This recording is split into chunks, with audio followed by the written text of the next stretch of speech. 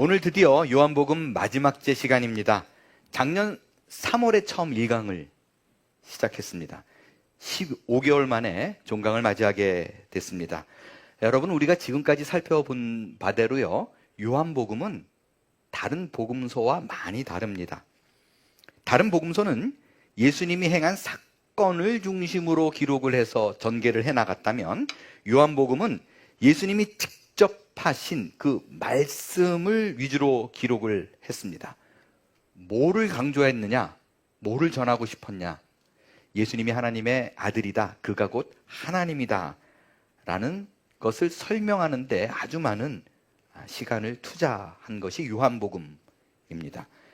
요한복음에 표현된 하나님이라는 그 간접적인 표현은 여러 가지가 있지만 1절에 나타난, 1장에 나타난 것으로만 따져도 그가 말씀이다, 생명이다, 빛이다 라는 것입니다. 요한은 이런 식으로 예수님을 하나님으로 묘사하면서 1장을 시작했습니다. 빛 대신 하나님께서 얼마나 집요하게 어둠 속에 있는 우리의 인생을 추적하는가, 끝까지 쫓아가는가, 따라오는가. 그래서 어둠에 있는 그의 자녀들을 빛으로, 빛의 자녀로 거듭나게 하는 내용, 그것이 바로 요한복음입니다. 그런데 이 과정 속에서 참으로 흥미로운 것은요, 그 빛이 어둠에 있는 우리를 찾아오셨는데 우리가 알지 못하더라 라는 것입니다. 여러분, 지금 빛이 어둠에 비치되 어둠이 깨닫지 못하다라는 이 말씀은요, 굉장히 비정상적인 말이고 비상식적인 얘기입니다. 그리고 아주 많은 것을 우리에게 시사합니다. 왜냐하면요, 빛이 어둠에 비치면 어둠이 모를 수가 없기 때문에 그렇습니다. 어둠이 너무 짙어서 그렇다고요? 어둠이 짙으면 짙을수록 빛은 더 도드라지게 드러납니다. 깊은 어둠이면 작은 빛이 오히려 환합니다. 여러분, 그 전쟁이 터지면 산 위에 보통 야영을 많이 하잖아요. 근데 뭘 계속해서 강조하냐면 밤에 몰래 나가서, 부대를 나가서 나무에 숨어서 담배 피지 말라고 얘기합니다. 담배 피는 사람은 숲이 많으니까, 울창하니까 담배 한 대 펴도 이 빛이 안 보이겠거니 생각을 해요. 그래서 피워요. 근데 요때 쫙 빨대 싹 빨갛게 되는 이 빛이요, 하늘을 나는 비행기에서 보입니다. 그래서 그 담뱃불이 보이면 폭격을 해요. 그래서 절대로 전쟁 때 밤에 담배 피지 말라고 얘기를 합니다. 그러니까 어두면 어두울수록 빛이 가치를 발휘해요. 근데 성경에는 분명히 어둠인데 빛이 왔는데 빛이 모른대요. 어둠이 모른대요. 어떻게 그런 일이 발생할 수 있나? 이건 단 하나의 사실을 얘기합니다. 그것은 그 어둠이 시각 인지 기능이 없을 때예요. 쉽게 말하면 맹인일 때입니다. 블라인드일 때. 블라인드는 빛이 아무런 의미가 없어요. 아무리 빛을 비춰도 맹인은 깨닫지 못합니다. 빛을 구분할 수 있는 감각이 없기 때문이에요. 여러분, 우리 중 다수는, 적지 않은 수는요, 아무리 오랫동안 교회를 다녔어도 분명히 내 안에 나는 예수를 주님으로, 로드로, 그리고 세이비어로 믿어요. 구주로 주님으로 믿는데 특별한 간증이 없는 사람들이 꽤나 많습니다. 그러니까 뭐 짜릿한 감정을 느껴본 적도 없어요. 기도하다가 눈물이 난 적도 없어요. 흔히 말하는 초자연적인 기적은 뭐 얼토당토 없어요. 그런 적이 없는 분들이 있습니다. 이런 분들이요, 굉장히 헷갈려해요. 나는 아무리 내가 스스로 물어도 나는 예수 믿어요. 근데 이런 거 없는 건 나는 구원받은 사람이 아닌가 보다 라는 생각을 갖게 만듭니다. 그러나 성경에서 지속적으로 강조하는 건 뭐냐면요, 우리의 구원은 내가 인지하는 것과 깨닫는 것과 아무런 상관이 없다라는 것입니다. 우리의 구원은 전적인 하나님의 주권, 서버린티에 있어요. 내가 어떤 사람인가, 내가 무엇을 행하는가, 내가 무엇을 느끼는가, 아무런 상관이 없습니다. 하나님께서 택한 자를 끝까지 집요하게 추적해서 건져내시는 것, 그게 구원이에요. 이게 우리가 갖고 있는 하나님의 은혜입니다. 요한복음은 이 부분을 특별하게 강조합니다. 근데 계속해서 강조했지만 어떤 이그젬플을 들어놓지 않고 말로만 한다면 요한복음을 읽는 사람이 사뭇 놓치고 지나갈까봐 이 놀랍고 중요한 사실을 요한은 책 마지막 장에 넣어버립니다. 그거는 베드로를 찾아오신 예수님이에요. 예수님은 이 실패한 베드로를 찾아오셔서 회복시켜요. 그래서 그의 부족함과 나약함과 상관없이 그를 끝까지 사랑하시는 하나님의 모습이 어떠한가를 보여줍니다. 이게 핵심적인 내용임에도 불구하고요, 여기서 우리가 굉장히 조심해야 될 부분이 있습니다.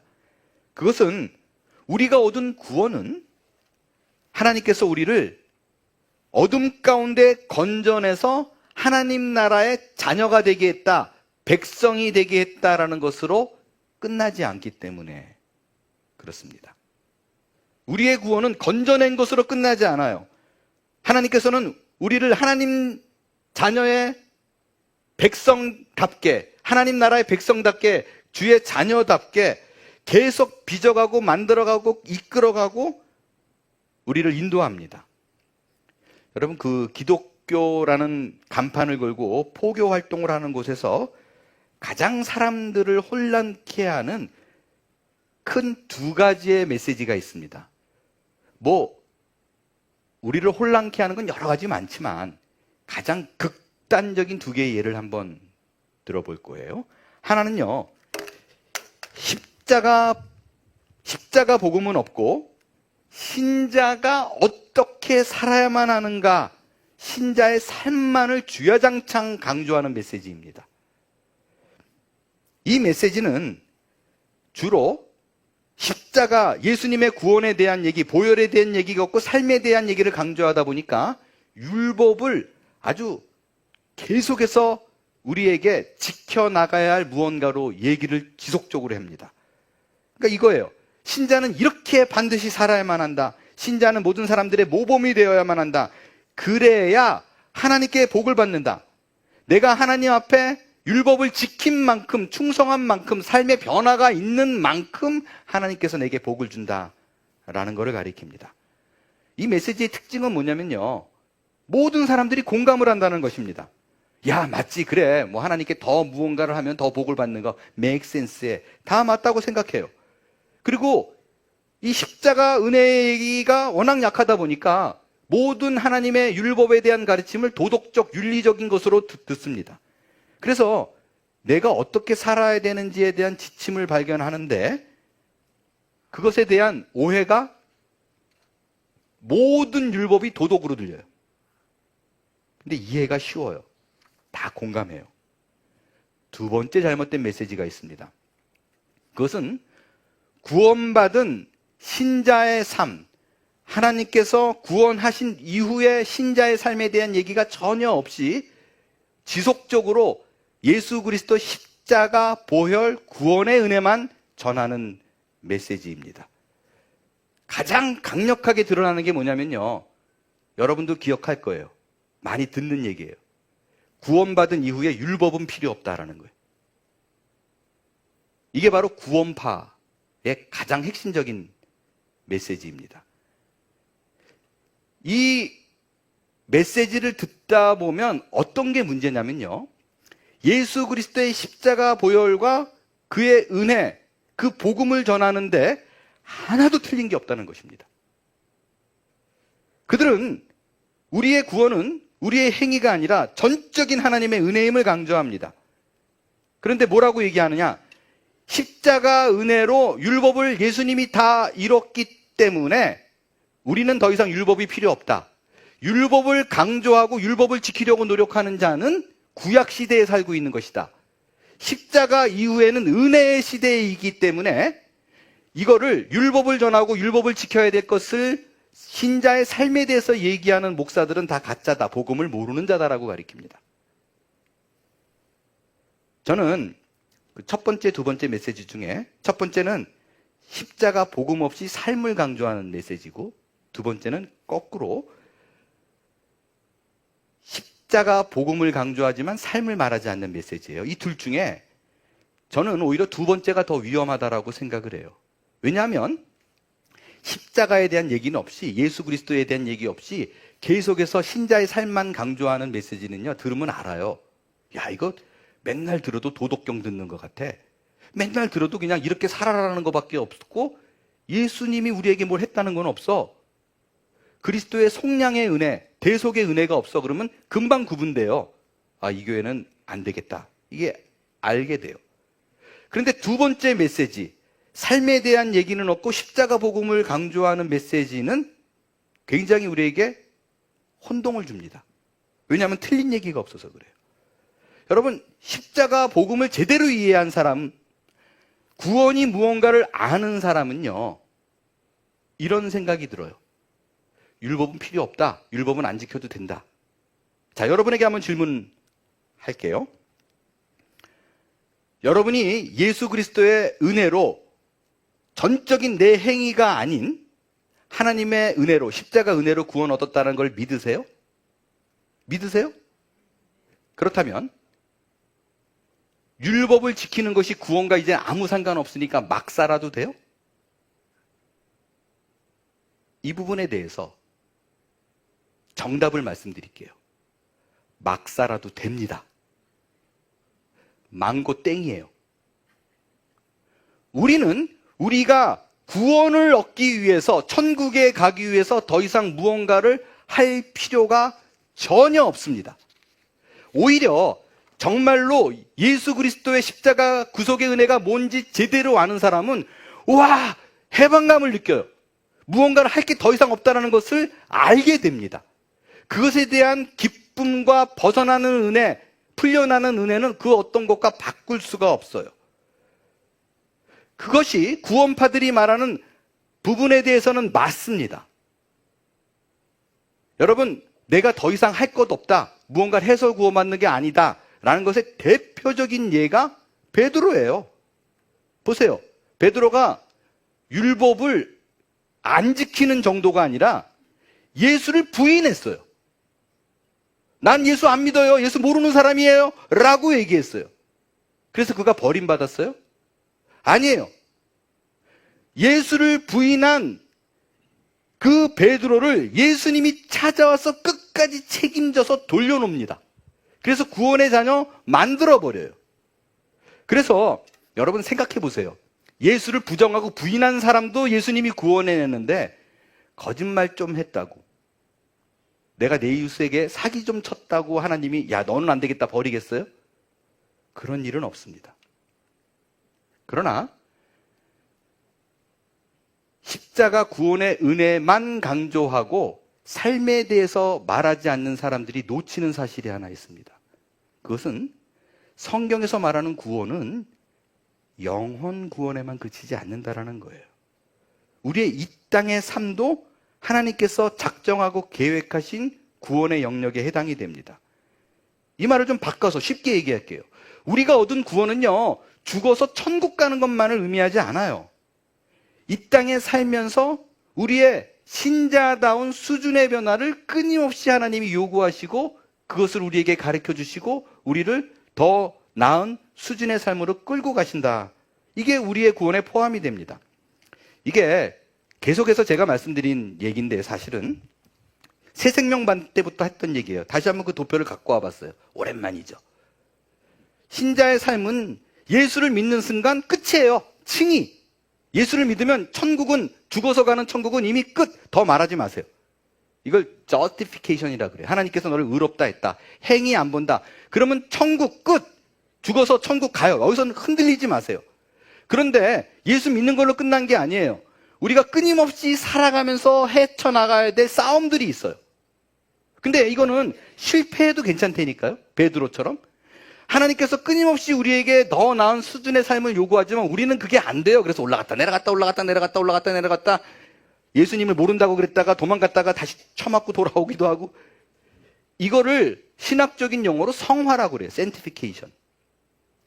이때 이게 구원의 영역에 포함이 되는데 이때 신자가 어떻게 살아야 되는 것을 가르쳐 주는 것이 율법이에요.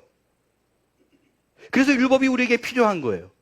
율법을 버리면 안 되는 이유가 가장 무서운 게 뭐냐면 은혜 딱 받고 변화됐어요. 근데 신자의 삶에 대한 율법에 대한 가르침이 없으면 자기가 옳다라고 믿는 것을 하나님을 위해서 충성한다고 하는 게 오히려 하나님 나라를 망치는 행동을 많이 해요. 몰라요. 열심만 있고 하나님에 대한 지식이 없어요.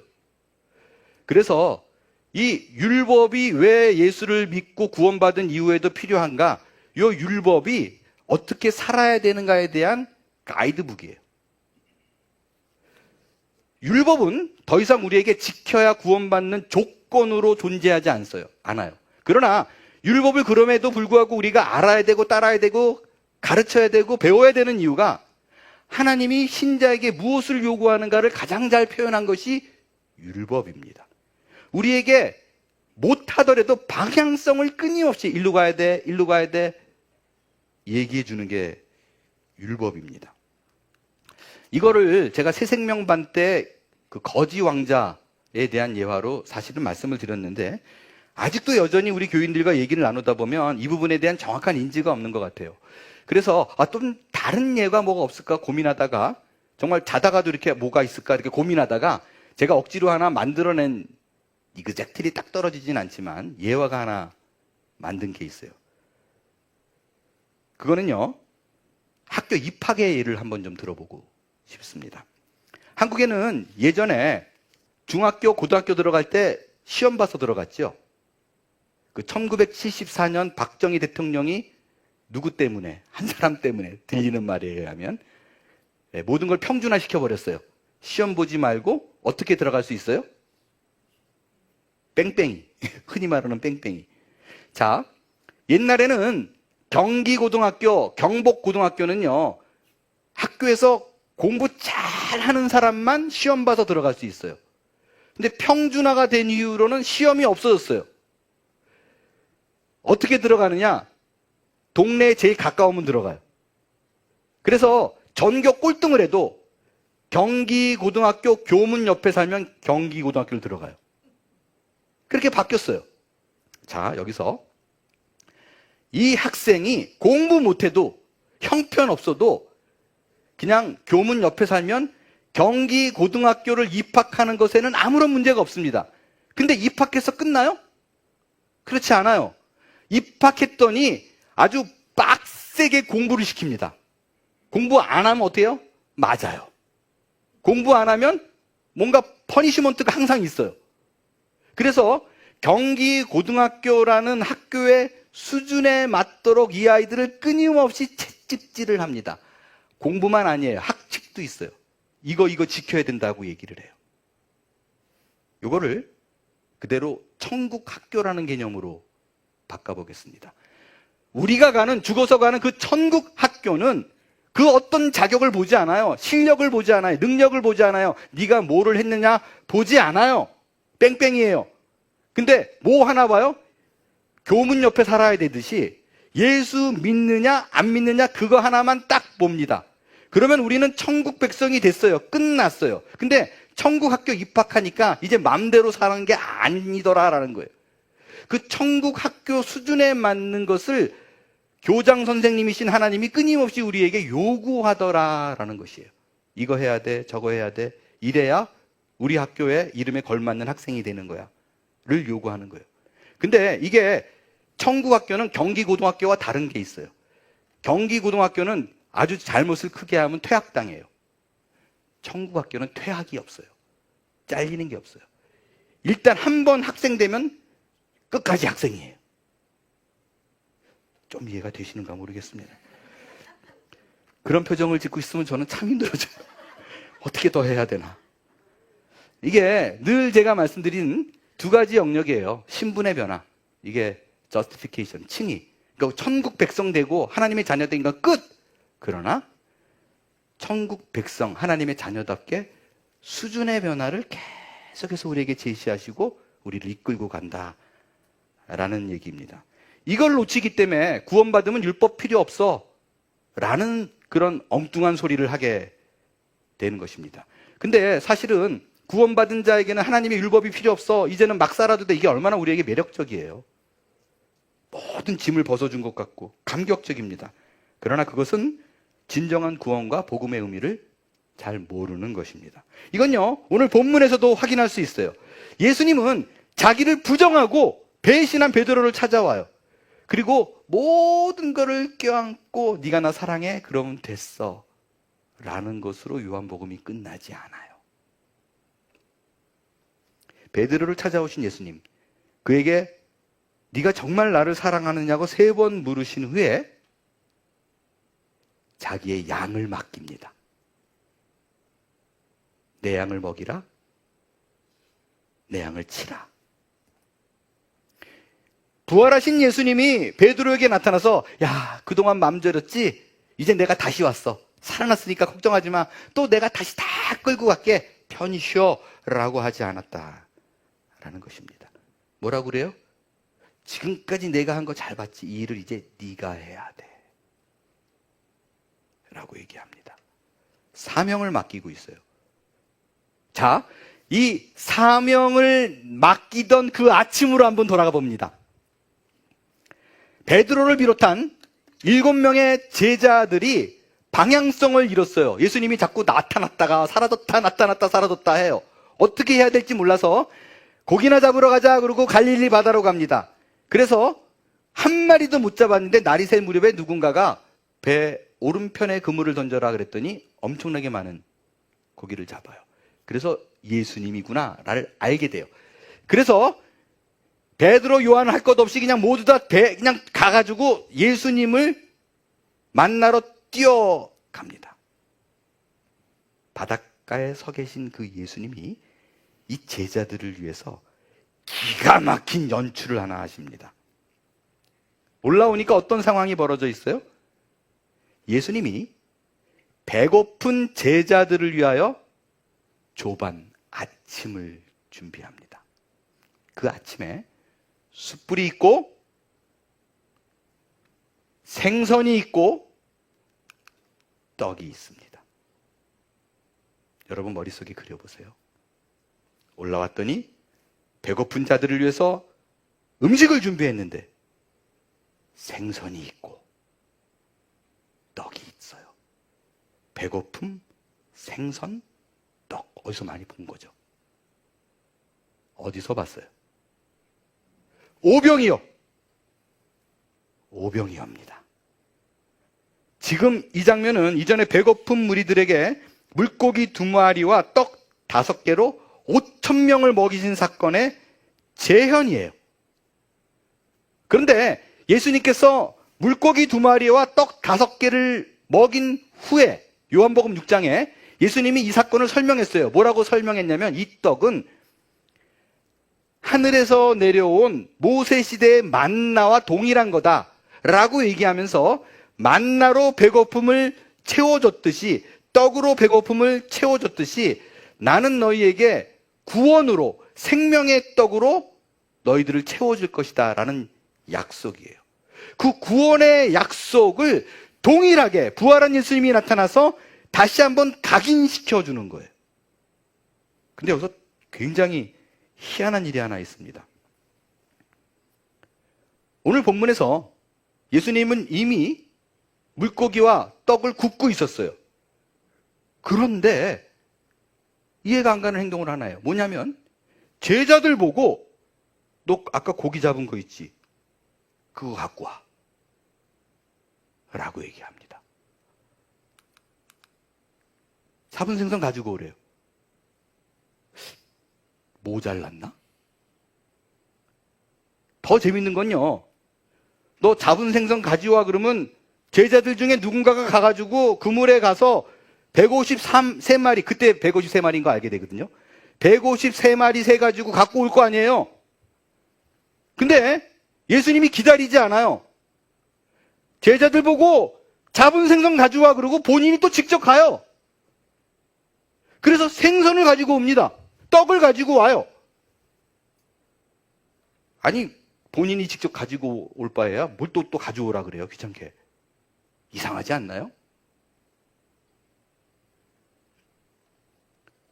무슨 얘기예요? 예수님은 하나님의 나라의 일에, 당신의 일에 항상 우리를 초대하고 있다라는 거예요. 우리와 함께 하자는 거예요. 혼자 충분히 할 수 있는 일이에요. 근데 우리를 불러서 우리를 동역해야 합니다. 함께 이 일을 완성하게 합니다. 죽은 나사로를 살릴 때도 마찬가지예요. 여러분, 살리는 거 분명히 예수님이에요. 그런데 굳이 거기 있는 무리들에게 돌을 옮겨 놓으라 그래요. 그건 네가 해. 뭘 말해요? 하나님께서는 구원받은 자가 경험할 일들을 남겨놓으시고 그 일을 본인이 해도 되는데 자꾸 하게끔 그들로 하여금 만들어서 결국에는 그 일을 통하여 그들이 신앙의 성숙을 이룹니다. 또 그 일을 통하여 와, 내가 주님 일에 함께 했구나라는 보람과 만족을 느끼게 만들어줍니다. 우리가 그걸 깨달았어요? 알았어요? 근데 문제가 있어요. 그건 뭐냐면 예수님께서 자꾸 이걸 하라는 거, 하나님께서 이걸 나에게 요구하고 있다는 걸 알아요. 근데 못하겠다는 거예요. 우리의 다수가 그렇습니다. 왜 못해요? 용기가 없어요. 자신도 없어요. 능력도 없어요. 하나님의 부르심에 그 순종할 생각만 해도 끔찍해요. 나는 안 된다라고 생각해요. 이 숙제가 우리에게 남아 있습니다. 그러면 우리를 부르시는 그 하나님의 부르심, 그 초대에 내가 어떻게 순종할 것인가? 라는 부분이에요. 여러분, 그건 아주 간단합니다. 그냥 내가 할 수 있는 것만 하면 돼요. 우리는 신자의 삶, 하나님께서 원하시는, 우리에게 요구하시는 신자의 삶을 너무나 거창한 것으로 알고 있어요. 뭐 이런 거죠. 하나님께서는 예수를 믿은 후에 우리에게 순교를 요구하신다. 복음이 없는 곳에 가라면 가야지. 그들에게 가서 하늘의 미랄이 되어 썩어질 거름이 되거라. 이런 생각을 하니까 못하겠는 거예요. 내가 순교를 각오를 하고 순종하는 것을 하나님이 기뻐한다. 그것이 기뻐하는 삶이다라고 생각해요. 아닙니다, 여러분. 내가 무언가를 하면은 그 말에 순종하면 하나님이 기뻐한다라는 생각이 바로 어디서 비롯됐느냐? 제가 지금까지 말씀드린 잘못된 복음의 병폐예요. 내가 하나님께 무언가 사랑받으려면 해야지. 어떻게 뻔뻔스럽게 안 하고도 사랑을 받을 수 있을까? 이런 게 다 잘못된 복음. 십자가 은혜를 얘기하지 않고 산만 주야장창 가르친 결과입니다. 뭘 좀 해야 한 만큼 그래도 복을 받겠지. 영락없는 가짜 복음입니다. 여러분, 그렇지 않습니다. 주께서 우리에게 요구하는 거 거창한 게 아니에요. 그냥 내가 할 수 있는 일을 하라는 거예요. 그냥 그 장을 깔아놓고 부르는 거예요. 여러분, 베드로도요, 고기 잡을 때 결국에는 예수님이 잡았어요. 못 잡았어요. 예수님이 하게 했어요. 그러니까 그 걸음을 중요하게 여깁니다. 방향성을 중요하게 여기는 거예요. 여러분이 생각하는 순종, 미지의 세계를 가서 목숨 내놓고 순교하는 거, 이것만이 큰일이 아닙니다. 하나님께서 원하시는, 하나님께서 부르시는 신자의 삶이란 여러분의 가정에서, 직장에서, 교회에서 따뜻한 미소로 누군가를 맞아서서 그의 마음이 한 주간의 피로를 녹아들게 만드는 거. 이거 큰일입니다. 생각해 보세요. 어느 날 제가 멋진, 정말 가슴이 웅장한 설교를 했더니 여러분이 몽땅 다 선교지로 가겠대요. 그럼 교회는 어떻게 돼요? 교회 월세는 누가 내요? 여러분, 몽땅 다 그렇게 순교하고 헌신하는 쪽으로 다 나가버리면 여러분 주변에 있는 사람에게는 복음 누가 전할래요? 제가 어느 분에게 얘기를 들어보니까 요즘은 만나는 사람이 예수는 믿는데 교회를 안 나가는 사람이 너무 많대요.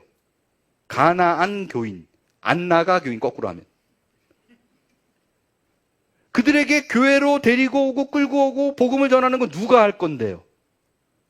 여러분이 다 선교지에 다 나가 뛰면 여러분 아내와 자녀는 어떻게 할 건데요? 내 이웃은 누가 사랑하나요? 여러분, 하나님의 나라는 거창한 것이 아닙니다. 신자가 가진 모든 것을 다 죽게 드려 헌신하고 희생해야 세워지는 나라가 아닙니다.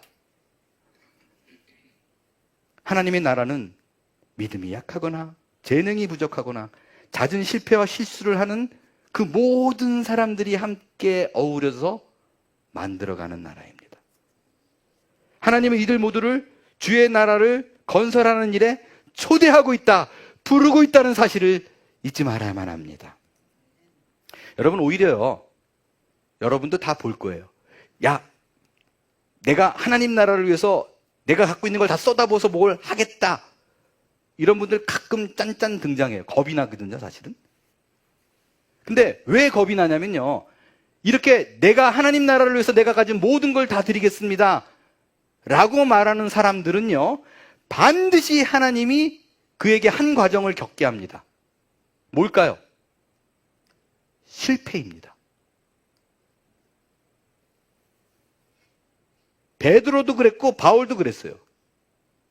베드로는요, 예수님을 배반한 실패를 했을 뿐만 아니라 나중에는 이것저것 다 집어치고 업으로 돌아왔어요. 근데 고기 잡는 일도 실패해요. 하여간 되는 일이 없어요. 그는 자기가 가진 것이 아무것도 없어서 바닥까지 떨어졌을 그때 예수님이 찾아오십니다. 바울도 마찬가지잖아요. 그가 의기양양하고 모든 걸 할 수 있다고 막 떠들고 다닐 때 어떤 실수를 해요? 스데반을 죽여요. 나는 하나님을 위해서 무언가 한다라고 했는데 하나님의 사람을 죽여요. 그 실패를 겪고 나서 하나님이 찾아옵니다. 그래서 사도로 불러요. 여러분, 내가 뭘 할 수 있다고 생각해서 뛰어드는 자는요, 반드시 상처가 남고 하나님이 실패를 겪게 하는데 그 이유가 뭐냐면, 그래서 좋은 결과가 나면 자기가 한 줄 알아요. 하나님은 온데간데없고 자기 의만 남아요. 오늘 본문을 보면요, 이런 거를 너무나 잘 드러내는 장면이 등장을 합니다. 왜 예수님이 베드로를 찾아오셨는가? 찾아오셔서 뭘 했냐? 꼭 집어서 확인시켜줘요. 뭘 확인시켜요? 넌 안 돼, 이거예요. 넌 아무것도 아니야라는 것을 아주 집요하게 송곳처럼 찌릅니다. 본문에 보면 굉장히 특이한 장면이 하나 나와요. 그거는 예수님이 베드로를 부를 때 호칭이에요. 뭐라고 부르는가? 여러분, 베드로의 본래 이름이 뭐예요? 본래 이름 아시는 분? 자신 없어요? 시몬이에요. 근데 시몬으로 알고 있는 사람들이 보니까 절반도 안 돼요. 베드로는 그냥 베드로예요. 근데 베드로는 본래 이름이 아니에요. 요때를 기준으로 해서 3년 전에 예수님이 처음 만났을 때 지어준 이름이에요. 시몬을 보고 나서 예수님이 뭐라 그랬냐면, 너 이제부터 베드로라고 해. 아람어로 게바.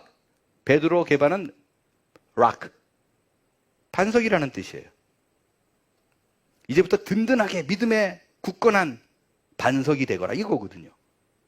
그래서 이때 이후로 모든 사람들이 시므온 대신 베드로라고 불러요. 요한도 21장까지 오면서 계속 내내 베드로라고 기록을 합니다. 베드로가 이랬다, 베드로가 저랬다, 뭐 이렇게 얘기를 해요. 근데 생뚱맞게 지금까지 베드로라고 불렀는데 예수님이 베드로에게 나타나서는 베드로라고 안 불러요. 요한의 아들 시모나라고 불러요. 옛날 이름을 불러요. 본인이 지어놓고. 지금 와가지고 시모나 부를 바에야 왜 베드로를 지어줘요?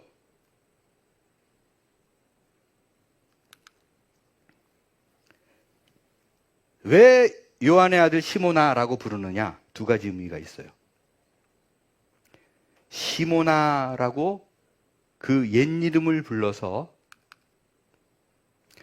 너 반석같이 되라고 베드로가 그랬는데 됐어?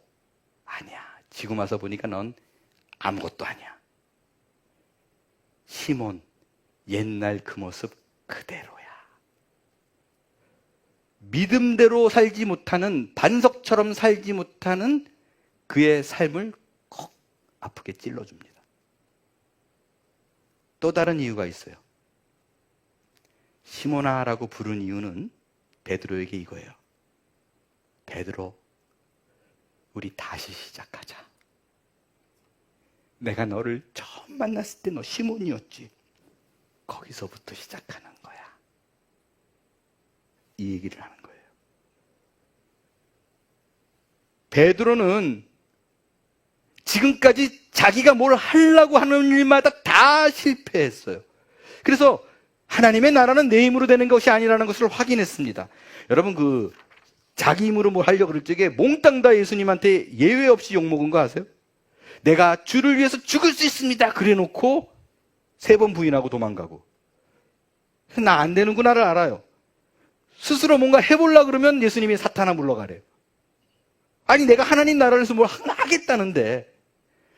심지어요, 예수님이 잡혀갈 때 그게 너무 걱정되니까 베드로가 칼을 뽑아들잖아요. 예수님을 지키려고 대제사장 종의 말고의 귀를 베버립니다. 예수님을 위해서 내가 할 수 있는 최선의 거를 한 거예요. 또 욕먹어요. 왜 그러냐고. 붙여줘요. 하여간 뭐만 하면 욕먹어요. 그래서 지금의 베드로 아무것도 할 자신이 없어요. 아무것도 할 자신이 없어요. 그래, 내가 언제부터 사도였냐. 그냥 하던 거 하자. 고기나 낚자. 고기도 안 잡혀요. 예전엔 잘했는데 그것마저도 안 돼요. 예수님이 베드로에게 찾아왔어요. 본인이 시몬에서 시작했다는 걸 이제 알아요. 아무것도 아니라는 걸 알아요. 그때 같이 가자고 얘기해요. 그게 바로 요한의 아들 시몬아입니다.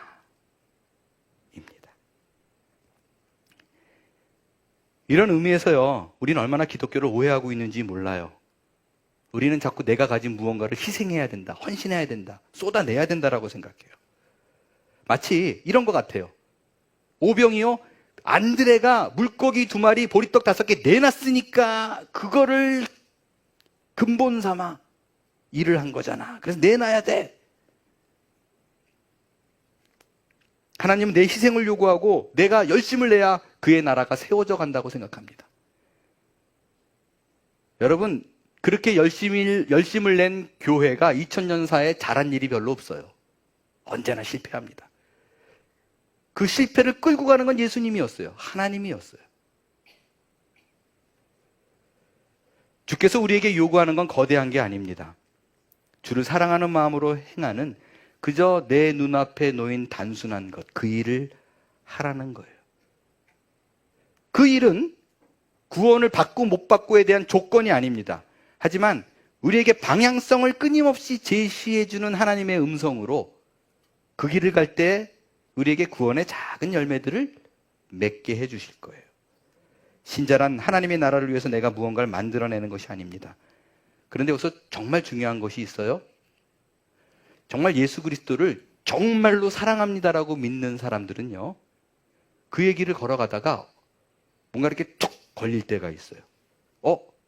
이거 하나님이 나한테 뭘 하라 그러는데, 요게 사랑하지 않는 사람은 관계가 없는데, 주를 사랑한다라고 고백하는 사람은 이게 항상 이렇게 뭐가 톡 걸릴 때가 있어요.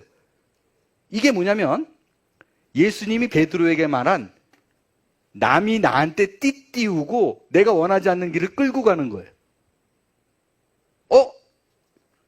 누가 나를 끌고 가네? 이거 이렇게 하라 그러네라고 그럴 적에 순종하세요. 가면 되는 거예요. 근데 이게 왜 안 되냐면요, 보세요. 남이 내게 띠띠우고 원하지 않은 곳으로 이게 자꾸 걸리는 거예요. 그래서 이 말을 누구에게 했어요? 베드로에게 했어요. 그러면 우리는 순종하면 어떤 일이 벌어지는가? 이게 자동적으로 순교다.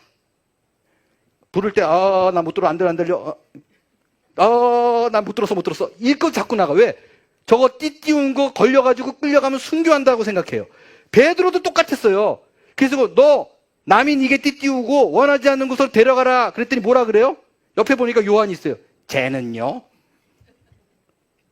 얘는 어떻게 되는데요? 못 참겠는 거예요. 얘도 같이 죽나요? 그랬더니 예수님이 뭐라고 대답해요? 신경 꺼. 그냥 네 인생 살아.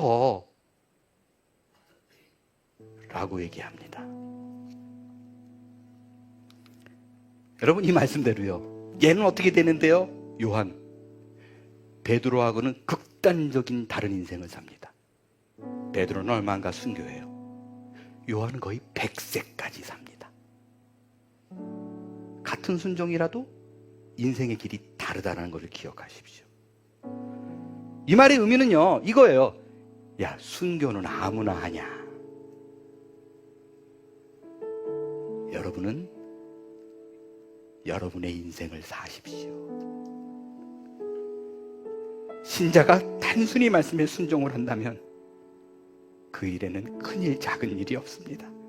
그냥 각자에게 주어진 자신의 인생을 걸어가면 돼요. 우리 중 대다수가 해야 될 기도는요, 순교를 각오하고 미지의 세계에 들어가서 내가 그리스도의 푸른 계절이 오는 일에 쓰임받겠습니다, 이 기도하지 마시라고요. 이건 특별한 사람이 하는 기도예요. 여러분이 감당해야 될 기도가 있습니다. 이런 기도예요. 오늘 하루 눈에 힘 안 주고 살게 해주세요. 오늘 제발 이 하루는 우리 애들에게 소리 안 지르게 해주세요. 오늘 내가 어딘가를 갈 텐데 꼭 그 미운 놈이 있습니다. 내가 먼저 손 내밀 수 있는 용기 주세요. 이 기도가 여러분이 해야 되는 기도입니다. 그렇게 우리의 주어진 인생길에서 내가 할 수 있는 일을 찾아서 단지 하나님의 나라를 향한 방향성을 갖고 걸어가는 것, 그 일을 하는 것이 하나님의 부르심입니다. 굳이 큰 각오와 결심을 동반하지 않더라도요, 여러분 이거 하나 기억하세요. 나는 이 땅에 사는 유일한 단 한 사람의 존재입니다. 그 어느 누구도 내 인생을 대신 살지 않습니다. 그렇기에 각자의 생애가 저마다의 특별한 색깔을 갖고 있다는 걸 기억하셔서 내게 주어진 나만의 길에 준비하신 그 하나님의 부르심에 기대와 순종으로 걸어갈 수 있는 저와 여러분이 될 수 있게 되길 바랍니다. 그것이 바로 요한이 책의 마지막 순간에 우리에게 전달하고자 하는 강한 도전인 것입니다. 일어나 찬양하겠습니다.